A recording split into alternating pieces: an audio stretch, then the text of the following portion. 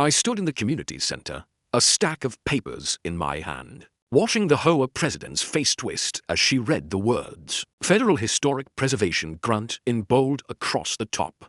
Her voice, usually sharp enough to cut glass, faltered mid-sentence as she tried to argue that my trees were a neighborhood nuisance. The room was silent except for the hum of the air conditioner and the faint rustle of my documents. Sliding across the table toward their lawyer, he didn't even pick them up, just stared, his pen frozen mid-scribble. I didn't smile or raise my voice. I didn't need to. The grant I'd secured years ago to protect my property's old oaks was about to unravel everything they'd done. It wasn't just about the trees they'd chopped down without asking. It was about the line they'd crossed, thinking they could bully me into submission. They had no idea who they were dealing with or what those trees meant to me.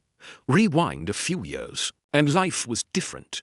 I bought this plot of land in rural Virginia, a quiet 10 acres with a small house nestled among century-old oak trees, because I wanted peace. After 20 years teaching history at a community college, I was done with noise, city traffic, faculty meetings, endless emails. My wife, Ellen, and I had dreamed of a place where we could wake up to birds, not car horns. The land was perfect. Rolling hills, a creek that babbled just loud enough to drown out the world, and those oaks, massive, gnarled things that felt like they'd seen the Civil War.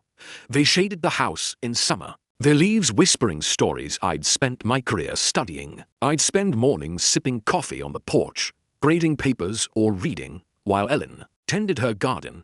We weren't flashy people. No fancy cars, no desire to impress anyone. We just wanted to be left alone, to live quietly, and maybe leave the place better than we found it. The HOA wasn't even on my radar when we moved in. Our property was just outside their official jurisdiction, but close enough that they acted like they owned the whole county. The trouble started in the spring of 2022. I came home one afternoon to find a neon orange notice taped to my mailbox. The HOA claimed my oak trees were obstructing views for the new subdivision. They'd built a half-mile down the road. Apparently, their buyers wanted unobstructed sunset vistas, and my trees on my private land were somehow ruining their aesthetic. The notice demanded I trim or remove them within 30 days or face a $5,000 fine. I laughed at first. It was absurd. My property wasn't part of their gated community, and I checked the county records before buying. No covenants, no restrictions, just a clean deed. But the tone of the letter wasn't a request, it was a threat, written in that officious way bureaucrats use to make you feel small. I showed it to Ellen, expecting her to laugh too, but she just frowned and said, "These people don't give up easy." She was right. A week later, a second notice arrived, this time with a grainy photo of my oaks and a line about community standards. I started to feel a knot in my stomach, not anger yet, just disbelief that anyone could be this petty. I tried to play nice. I wrote a polite email to the HOA president, a woman named Karen who seemed to live for enforcing rules. I explained that the trees were on private land, predated their subdivision by a century, and weren't subject to their bylaws. I even offered to meet and discuss it, thinking maybe they'd misunderstood the property lines. No response. 2 weeks later, a third notice showed up, this time threatening legal action if I didn't comply. I called their office, left voicemails, and sent a certified letter citing the county's zoning laws, which clearly stated my land was exempt from their authority. Nothing. Then one morning, I woke up to the sound of chainsaws. I ran outside in my slippers, heart pounding, and saw 3 men in orange vests cutting down my oaks, my trees, the ones I'd spent years protecting. Ellen was crying on the porch, her hands shaking as she filmed it on her phone. The foreman handed me a work order signed by Karen, claiming the HOA had emergency authority to remove hazardous obstructions. I asked for proof of that authority. He shrugged and kept cutting. By noon, 4 of my oaks were gone, their stumps raw and jagged like open wounds. That's when I stopped being polite. I didn't yell or threaten lawsuits, though God knows I wanted to. Instead, I went to my study, pulled out my old laptop, and started digging. I'd spent decades researching history, tracking down obscure documents in dusty archives. So I knew how to find answers. First, I pulled my deed and the county's property records, confirming what I already knew. My land was free of any HOA control. But I didn't stop there. I remembered a project I'd worked on years ago, back when I was still teaching.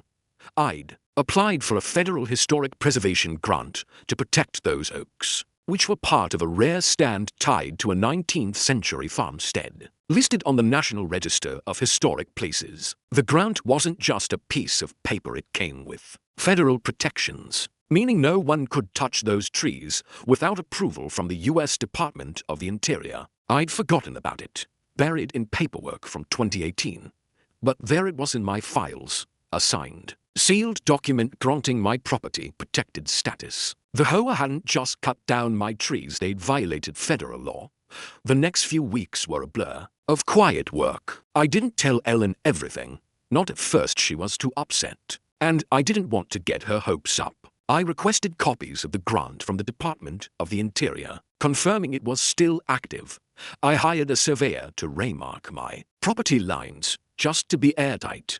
I pulled every HOA letter, email, and work order, organizing them in a binder with timestamps. I even found a 1970s county ordinance that designated my land as part of a historic corridor, adding another layer of protection. At night, while Ellen slept, I'd sit up reading federal preservation law, zoning codes, and case studies on HOA overreach. It wasn't just about the trees anymore. It was about the arrogance, the way they'd assumed I was just some old man who'd roll over. I wasn't angry, not exactly. It was colder than that. Like a switch had flipped. I was going to bury them, and I was going to do it right. The HOA's annual meeting was scheduled for July 2023, and I knew that was my moment. I didn't tell anyone I was going, not Ellen, not the neighbors who'd started avoiding us after the tree incident. I showed up at the community center in a button-up shirt, my binder tucked under my arm, and took a seat in the back. Karen was at the podium, droning on about landscaping fees and mailbox regulations, her voice dripping with self-importance. When they opened the floor for comments, I raised my hand. She tried to ignore me, but a few neighbors, ones who'd heard about the trees, insisted I speak. I walked to the front, calm as could be, and started talking. I didn't raise my voice or point fingers. I just laid out the facts. The trees were protected by a federal grant. The HOA had no jurisdiction over my land, and their emergency tree removal was a violation of federal law, carrying fines up to $100,000 per tree. Then I slid my binder across the table to their lawyer: deed, grant, survey, ordinance, all tabbed and highlighted. The room went quiet. Karen stammered something about miscommunication, but her lawyer was already flipping through the pages, his face pale. I mentioned, almost as an afterthought, that I'd already sent copies to the Department of the Interior and the county attorney. That's when Karen stopped talking altogether. The aftermath was better than I'd imagined.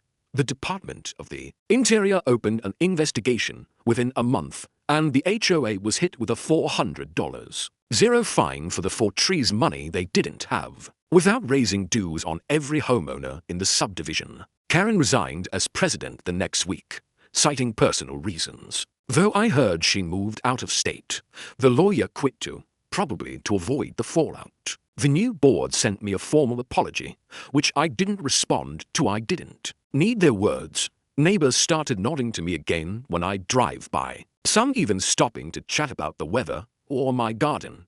Ellen's smile came back, and we planted new saplings where the old oaks had been, knowing they'd grow under the same federal protection. The best part, the HOA's newsletter now includes a section on respecting historic properties, and I'm pretty sure I know why.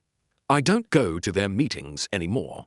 I don't need to. My land is quiet again. The creek still babbles, and every morning I sit on my porch with my coffee, knowing those oaks are still watching over us, even if it's just in memory.